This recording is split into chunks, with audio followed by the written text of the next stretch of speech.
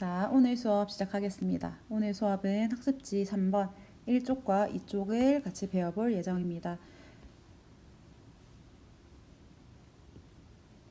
지난 시간까지 우리는 시와 관련된 여러 가지 개념들을 스스로 정리하고 선생님과 같이 보았습니다.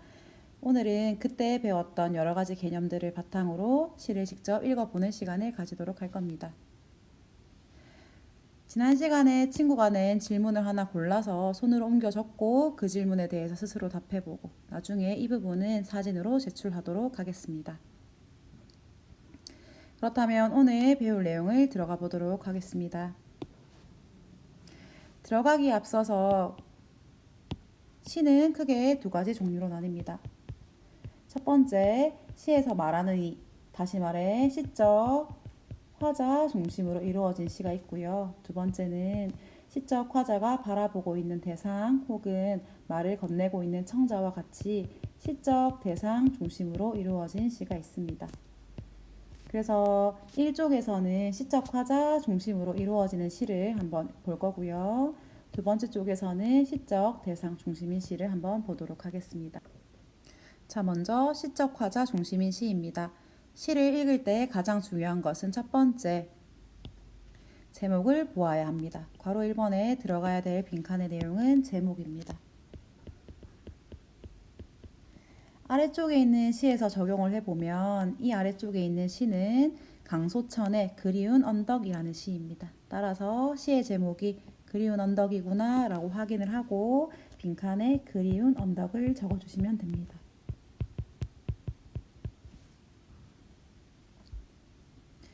시에서 제목을 찾은 다음에는 시적 화자를 찾습니다. 빈칸에는 시적 화자를 적어주시면 되겠지요. 지난 시간에 했던 내용 중에서 시적 화자가 겉으로 드러나 있는 경우와 드러나 있지 않은 경우를 비교하는 기준이 있었습니다.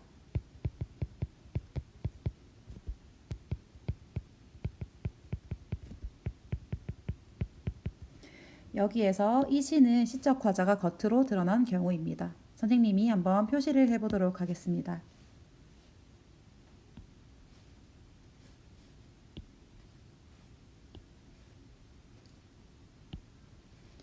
지금 표시를 한 부분의 공통점은 나라는 말이 드러나기 때문에 시적 화자를 겉으로 드러낸 경우다 라고 확인을 할 수가 있습니다. 다른 말로 우리라는 말이 있는 경우에도 시적 화자가 겉으로 드러났다라고 확인을 할 수가 있어요. 제목을 찾고 화자를 찾는다. 그 다음에 해야 될 것은 그 시적 화자가 놓여 있는 시적 상황을 파악해야 합니다.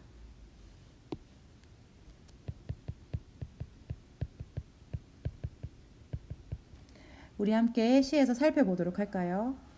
이때 시적 화자인 나는 제목에서도 알 수 있듯이 어디인가를 그리워합니다.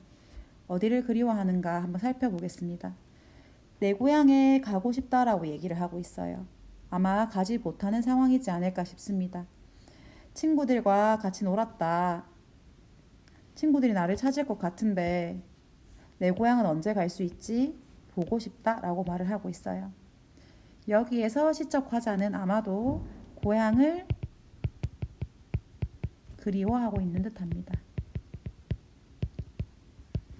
고향도 그리워하고 지금 보면 언덕 동무들도 그리워하고 있네요. 언덕 동무 고향을 그리워하고 있는 상황 이라고 정리해 주시면 좋겠습니다.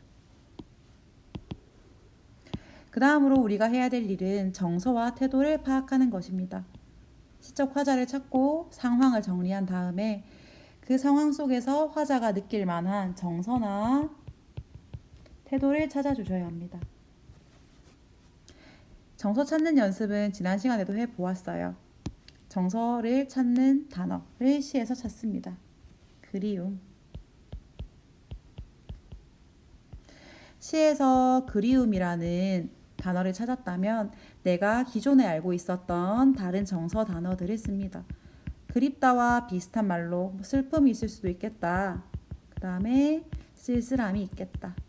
와 같이 다른 단어들도 적어주시면 됩니다. 참고로 여기에 쓸 수 있는 단어는 학습지 1번과 2번에 있으니 참고해 주시면 됩니다. 우리가 괄호 1번부터 괄호 4번까지 제목, 화자, 상황, 그리고 정서 태도를 찾아보았습니다. 그렇다면 1번과 4번의 내용을 바탕으로 주제를 끝으로 정리해 주시면 됩니다. 주제를 찾는 것은 그렇게 어렵지 않습니다. 우리가 괄호 1번부터 괄호 4번까지 했던 내용 중에서 중요한 것들, 다시 말해서 반복되는 말이 있는지를 확인합니다. 여기에서는 그리움이라는 말이 여러 번 반복되고 있네요. 끝에 그리움이라고 적어줍니다. 하지만 그리움이라고만 쓰면 주제가 너무 간단하지요. 우리가 보통 아는 시의 주제는 앞에 조금 더 많은 말들이 있습니다. 여기에서 무엇에 대한 그리움으로 정리할 때 우리가 보았던 괄호 1번부터 괄호 4번까지의 내용을 보면 고향에 대한 그리움이라고 주제를 정리하면 되겠네요. 우리가 지금까지는 시의 주제를 한번 적어봅시다 라는 식으로 많이 배웠기 때문에 조금 어려울 수 있지만 실제로 시의 주제 찾기는 어렵지 않습니다. 제목을 찾고 화자를 찾고 시적 상황을 찾고 정서 태도를 찾은 다음에 그 내용을 정리해서 주제로 정리해 주시면 됩니다. 간단하게 끝이 날 수 있어요. 지금까지 우리는 시적 화자 중심인 시를 한번 살펴보았습니다. 다음으로는 시적 대상에 대해서 보도록 하겠습니다. 지금부터는 시적 대상 중심인 시를 보겠습니다. 가장 먼저 보아야 할 것은 제목입니다. 아까 보았던 시적 화자 중심인 시에서도 마찬가지였지요. 가장 먼저 볼 것은 제목이다. 지금 우리가 보는 시는 포근한 봄입니다. 제목 칸에 포근한 봄이라고 같이 적어 보겠습니다.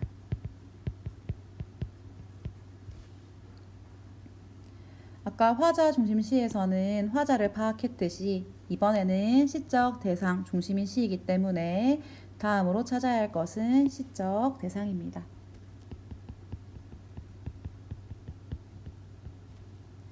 아래쪽에 시를 읽어보면 시의 제목, 그 다음에 시의 내용 속에서 반복적으로 등장하는 말이 있습니다.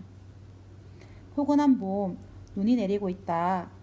봄에 내리는 그 눈, 포근하고 여러 곳에 쌓이고 새끼 고양이 눈 속에서도 눈이 보이고 참 보드라운 봄눈.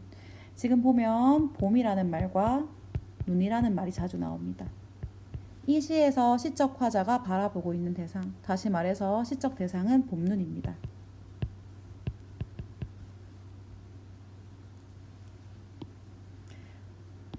시적 대상을 찾았으면 그 시적 대상의 특징을 파악해 보도록 합니다. 시적 대상의 특징을 파악하는 것은 그리 어렵지 않습니다. 앞에서 우리가 찾았던 시적 대상을 시에서 한번 동그라미 쳐보도록 하겠습니다. 그 다음에 그 말 앞뒤로 있는 여러 가지 내용을 확인하시면 시적 화자가 바라보고 있는 시적 대상의 특징을 확인할 수 있어요. 첫 번째 부분 선생님이 표시한 데에 보면 포근하다 라고 할 수 있겠지요. 포근한 눈. 다시 말해서 이 대상의 특징은 포근하다.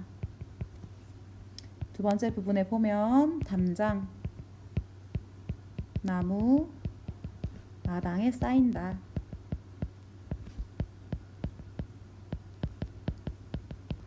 세 번째 한번 보겠습니다.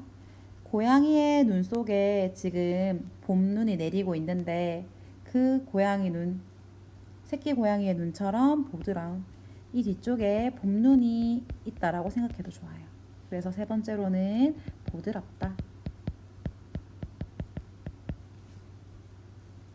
제목을 찾고 대상을 찾고 그 대상의 특징을 지금 정리했습니다. 다음으로는 이 대상에 대한 시적 화자의 정서나 태도를 한번 찾아보셔야 됩니다.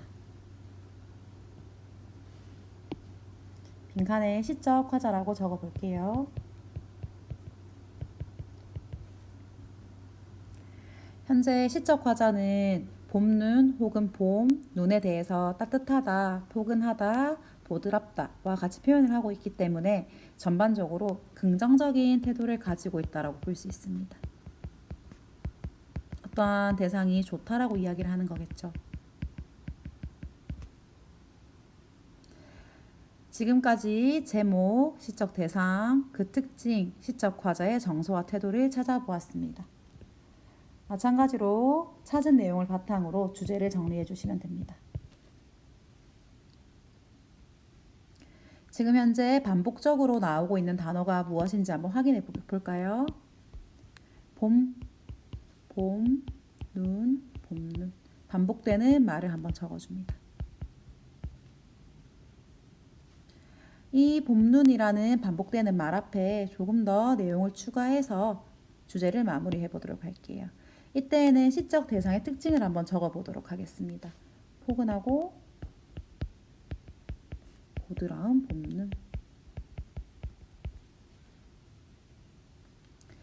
시적 대상 중심인 시에서는 제목을 찾고 대상을 찾고 특징을 파악한 다음 화자의 정서와 태도를 정리하고 이 모든 내용을 바탕으로 주제를 정리하시면 됩니다. 별로 어렵지 않아요. 여러분들도 할 수 있을 겁니다. 그러면 오늘 배운 내용을 바탕으로 질문과 답을 한 가지 만들어 보도록 하겠습니다. 가능하면 한 문장으로 답변할 수 있는 질문을 만들어 주시고요. 시를 활용해서 시의 내용을 적용시켜서 풀 수 있는 문제라거나 오늘 새롭게 알게 된 내용을 과제로 제출해 주시면 되겠습니다. 오늘 수업 수고하셨습니다.